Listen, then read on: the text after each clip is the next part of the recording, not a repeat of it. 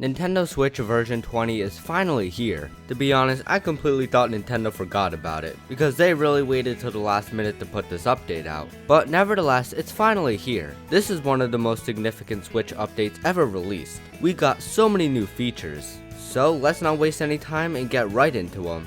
Firstly, when you go into the home menu, obviously the new icons stick out. We get digital game cards after they were revealed in the Nintendo Direct last month. This feature is fine, I guess. I only have to read digital games, most of my games are physical, so I'm really never going to use this feature. It can be used for DLC, which is pretty cool. I haven't personally tested sharing yet, and I probably won't ever test it, so if anyone does, let me know how it is.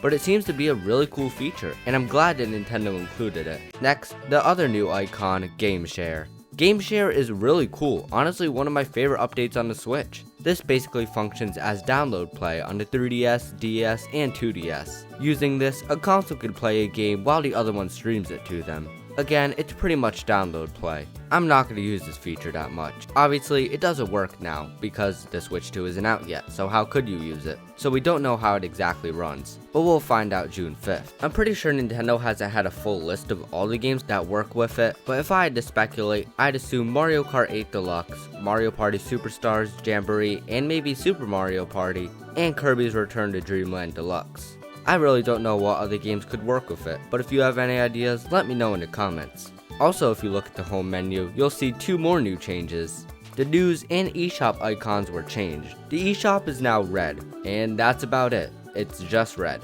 It also has the ability to show Switch 2 games, but none have been listed. The performance wasn't really updated that much, it still runs like crap. But that's to be expected. I wasn't expecting the eShop to be changed at all. In the news, it's pretty much unchanged, aside from the icon. There's also a new option in the settings, which is Switch 2 data transfer. This allows you to back up all your Switch data onto Nintendo servers, keeping it safe until the Switch 2 launches.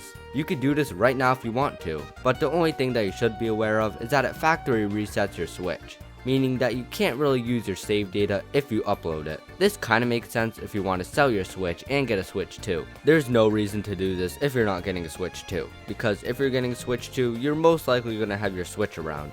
But if you're selling your Switch, definitely do this. It's nice to see Nintendo give a good option for people who want to sell it ahead of time. We also see a bunch of icons get updated. The most notable one here is Donkey Kong. Nintendo seems to have trashed his old design and is going with the newer one. I don't really mind this. I love his new design. The Mario icons have also changed to look more up to date. Even the items changed, which is pretty cool. The Pikmin icons also changed, which in my opinion is a downgrade. But you can't win it all.